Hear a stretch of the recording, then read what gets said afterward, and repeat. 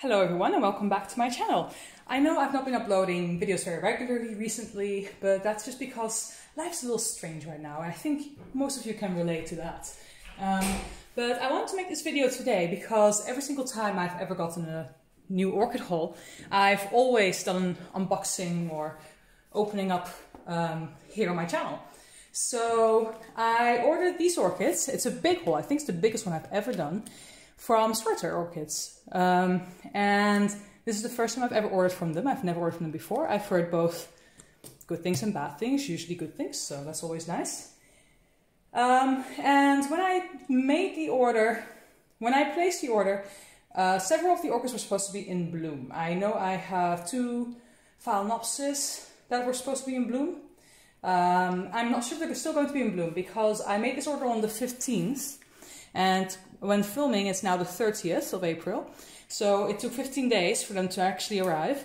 And I think they were in transit for about 11 days because I got an email from DHL saying that they received the package on the 19th. So they've been traveling for a while. Obviously, all the delivery services and sorting centers and customs are very busy at the moment with the amount of people ordering from home. And yeah, you can't really avoid that in these times. But I just want to open this on camera so I could share my new orchids with you. So, cut this open.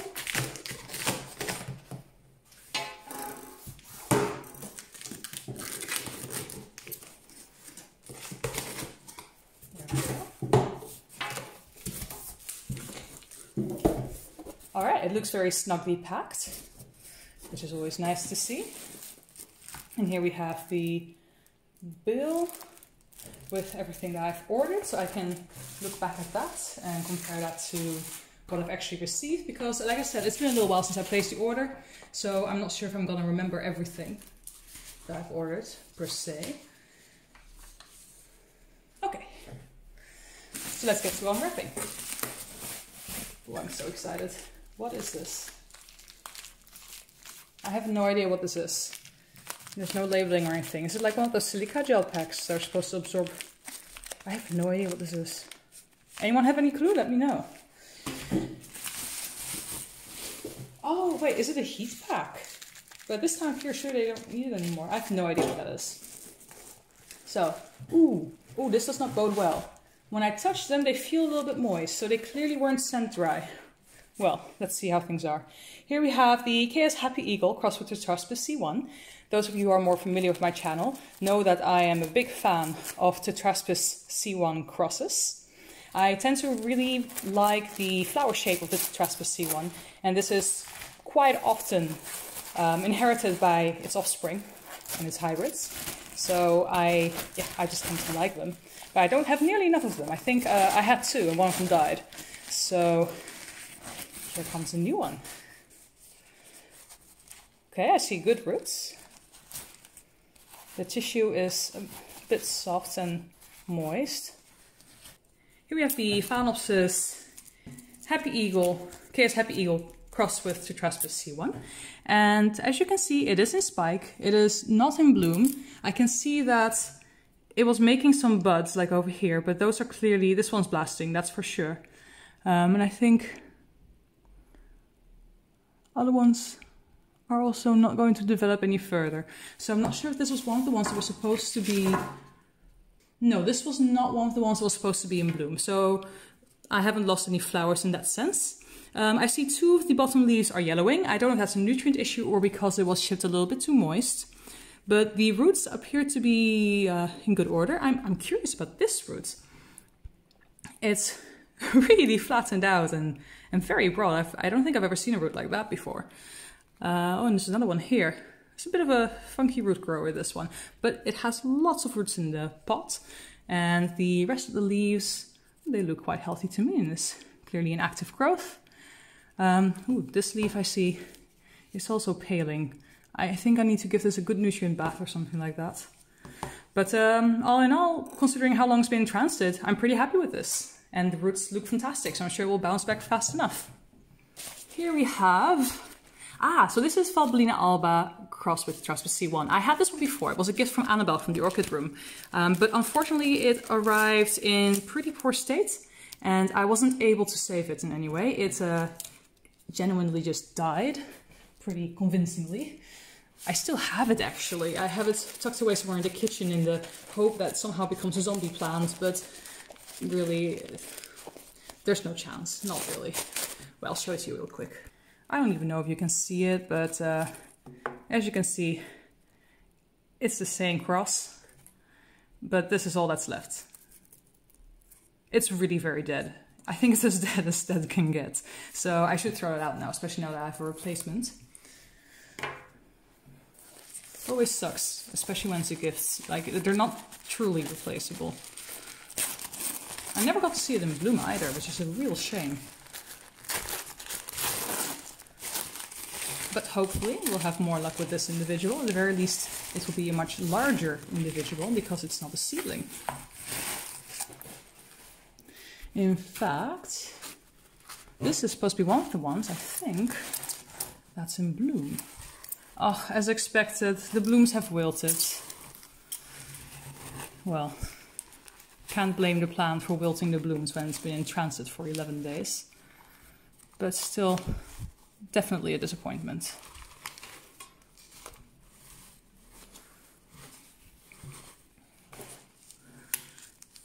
Okay, so we have indeed lost the blooms. So unfortunately we can't really see what it was like. I can't see what shape it had. The color's also kind of difficult to see, but you can see at least that it has the typical pink color that you would expect from this cross. It looks like it also had some buds, which it decided to drop. And this spike in general is a bit of a yellow pallor, so it might be reabsorbing it in the first place. And this one looks fine, but I don't know if it's going to continue developing because it's probably been through quite a traumatic experience in transit. Okay, now for the roots, I don't see much. It's quite minimal. It's nothing compared to the other one. Okay, so we're gonna have to be careful with this individual. The leaves look better than the previous one, although I wonder what's going on here. This is kind of... It feels very rough and dry. Maybe it's been sunburned lightly, something like that. Anyway, beyond that, the leaves look better. It looks like it has less nutrient problems or wetness problems. However, the root system is a lot less good. So we're gonna have to keep an eye on this one a little bit and be very gentle with it. It's definitely not going in leca. I'm gonna put in either sphagnum moss or synthic, which tends to be more gentle on the roots, and then we'll see how it does. Okay, moving on to the next package. Like I said, this is a big haul. This is, I think, the last Phalaenopsis that I ordered. And it's the Phalaenopsis Tetraspis C1 crossed with Lds Bear King. I've seen, I think it was also Annabelle who had a cross of this that looks absolutely gorgeous, so I just had to have it. Okay, I see green leaves, always a good sign.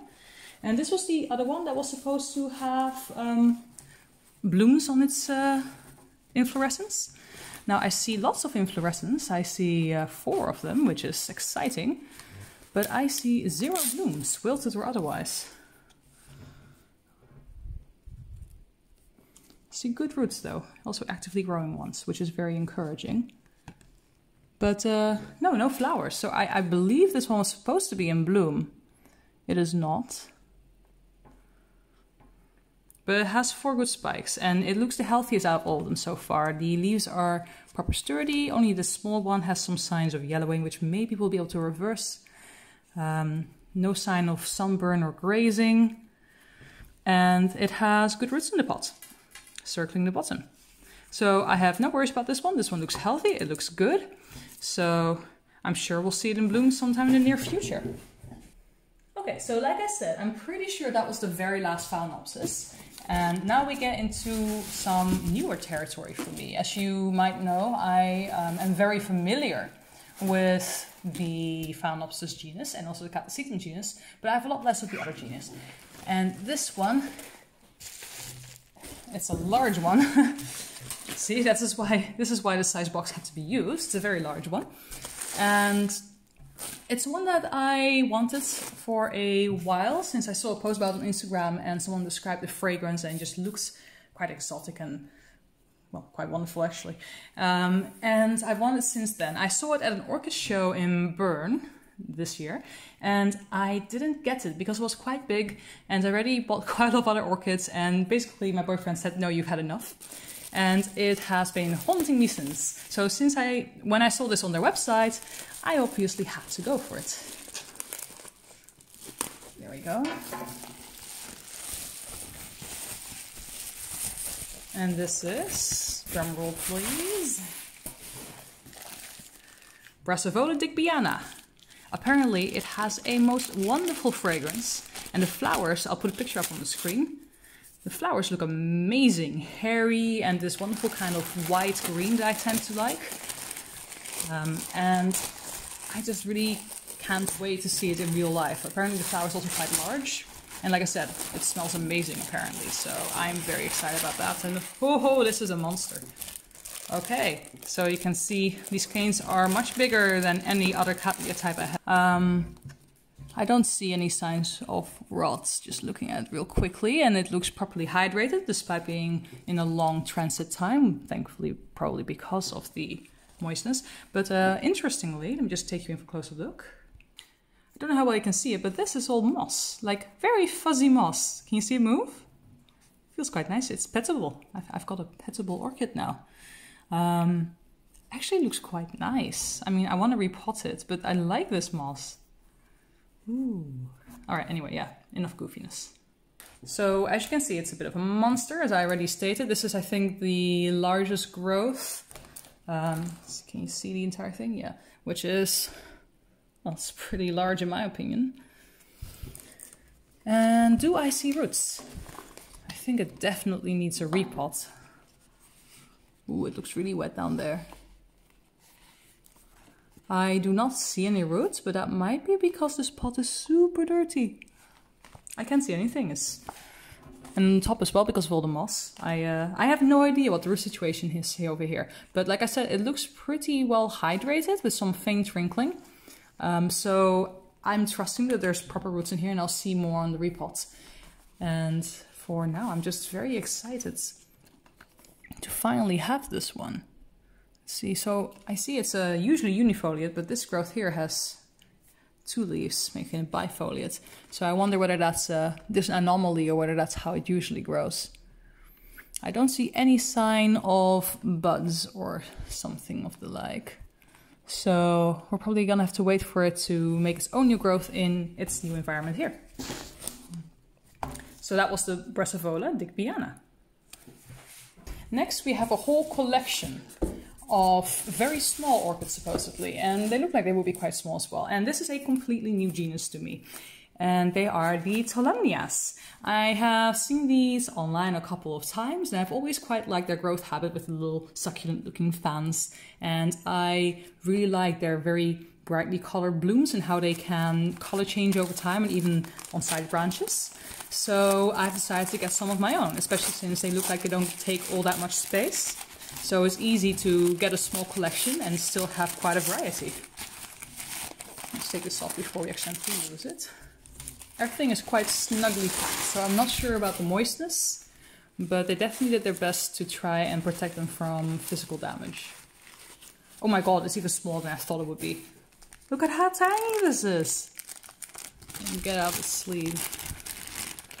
Not sure why they put them in these plastic sleeves, because that just makes it more difficult to dry out. Or perhaps that's exactly the point. Because it has no medium, that's probably the point. It is completely free of medium. As you can see, it just has roots going to the baskets and going all around it. So, wow, okay. I think I'll be leaving it in the basket. But I will be potting it up, because I don't think I can keep up with watering this well enough. If it's actually just media-less like this. But it looks really good, despite having been without water for at least 11 days. I don't know, like, I have no experience with Tolumnia, so I don't know what the dehydration symptoms would be, but I'm not seeing anything that would look like it might be dehydration. I'm also not seeing anything in the way of spikes, which, you know, would always be a fun surprise. Or do I? No, I think that's just the root.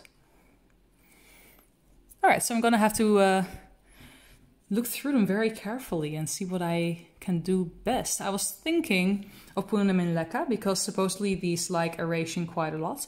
However, this is clearly, they like aeration a lot. It has no medium. So I'm going to, yeah, I'm gonna Google a bit more. But it's so tiny. I love it. So that was, by the way, Tolumnia Magic. Not sure if I mentioned that. Next we have, and okay, I'm not sure if this is in bad taste or anything like that, but I saw the name and I had to giggle at least a little bit. You know, this will help me commemorate the strange times in which I placed this order, which is Tolumnia Brown Corona. I know, I'm sorry. I really am sorry, but it was funny at the time. So yeah, Tolumnia Brown Corona. Apologies for the name. I will never forget the time period in which I ordered this orchid. There we go. Oh, this is another very tiny one. Probably in the exact same potting situation, judging from the plastic sleeve. I think some of the roots might be... No, just one. Okay, there we go. So here we have Tolumnia number 2. It is actually wet. Can you see that shimmer on the pot?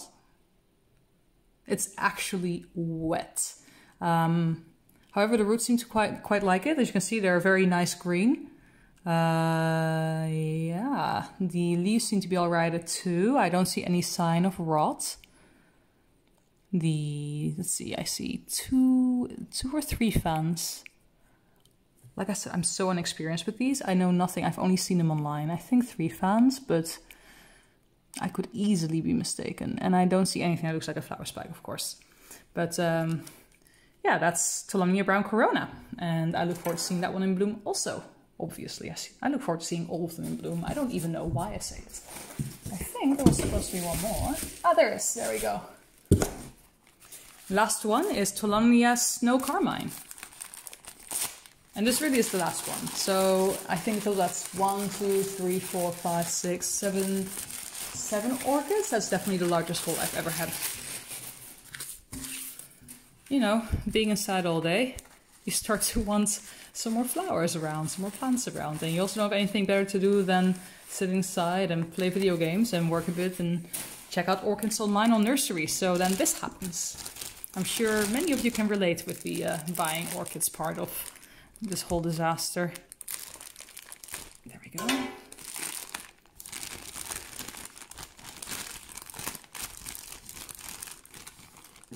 There we go. So same story here. It was in a plastic bag. It feels very moist. This one not as bad as the other one. I don't see actual water on the surface of the net pot. The roots look fine. You know, they look numerous. They're nice and green. I can tell already I'm going to have difficulty with the roots of these orchids because one issue I have with oncidiums is that I can never quite tell whether the roots are alive or dead unless they have like this wonderful healthy color because they're always so thin and they always feel at least a little bit soft to me. So if you have roots like this, I have no idea whether this is alive or dead. Like, no clue. So I'm just gonna have to keep everything on and then hope it just deals with that. Ah, look, this one's actively making a new fan. That will look very nice. I always enjoy seeing signs of active growth on the new orchids because that, to me, is a sign that they will recover reasonably well and at least a lot faster in their new environment than if there isn't any new growth. So that is the Snow Carmine. It has, I think, the most fans out of all of them. I, again, don't see any signs of a flower spike, but then again, I don't really know what I'm looking for and where to search for them. So yeah, that was the last one. So that was all of them. And in the end, we have 3 Tolumnias, 3 Phalaenopsis, and 1 rhyncholaelia digbyana. Or I think actually, did it say something else on the tag? They called it Brassavola digbyana, but it should be the same thing. And I'm pretty happy with most of it. I'm a little bit disappointed that the ones that were supposed to be in bloom are not in bloom. One of them, the bellina alba, was clearly in bloom when they sent it, with more buds to come, but it didn't survive the 11 days in transit, which is, you know, it's perfectly understandable. You can even see that the spike there is yellowing, so that's a bit of a shame. For this one, I think this was a KS Happy Eagle. Yes, KS Happy Eagle crossed with Tetraspis C1. It's a bit of a shame that it has 2 yellowing leaves and a third one that might also be beginning to yellow. But it has a magnificent looking root system, so I'm sure it will bounce back, no problem. And honestly, the Lds Bear King crossed with Tetraspis C1 looks fantastic. You know, nothing couldn't be better, actually, other than the fact that it's still in bloom, which I do think it was supposed to be. And I also didn't find any signs of flower material in the pots or in the packaging itself. So I'm a bit in doubt as to whether it was actually in bloom when they sent it to me, which is a little bit disappointing. But in the end, since it took 11 days in transit and the blooms wouldn't have survived anyway, practically the point is kind of meaningless. So I won't be making any problems out of that. It's fine. Hopefully the spikes will continue to develop because it has 4 of them. That's pretty exciting. 1, 2, 3, 4. The bellina alba crossed with the Tetraspis has only 2, I think, one of which is yellowing. And the KS Happy Eagle crossed with C1 has 3, 2 of which are coming from the same leaf node. So all in all, I'm very happy about that. The digbyana, I don't see any signs of flowering, old or new. It looks big, so I'm assuming it's mature. Perhaps the bifoliate growth indicates maturity, and the rest of the growth should be bifoliate in that case too. I'll do a little bit more research on that. And the Tolumnias, they look like they're in good shape to me. I know nothing about Tolumnias, but I'm assuming this all looks good. I don't see much discoloration in any way, and everything looks succulent, and I see no wrinkling. Thanks for tuning in. I hope you enjoyed seeing my orchid haul, and perhaps you even saw something you would like to have yourself. If you like this video, go ahead and give it a thumbs up. If you dislike, go ahead and give it a thumbs down, of course. Leave a comment down below if you have any questions or any feedback. And if you'd like to see more of this channel, go ahead and hit that subscribe button, and I'll see you next time. Bye! Okay, I now fully understand why these came in those plastic sleeves and were still so wet, because they have just been lying here for, I think, only half an hour. It really can't have been more than half an hour. And already you can see that the roots have gone from that nice lush green to white. Which probably also speaks volumes to how dry my environment here is. But this is a demonstration of why I cannot mount things and cannot keep things without medium. I have to pot these in something. So I think I will in fact try a fine grade leca, probably, because I definitely can't keep up with this. In half an hour it has gone completely white. I cannot do that.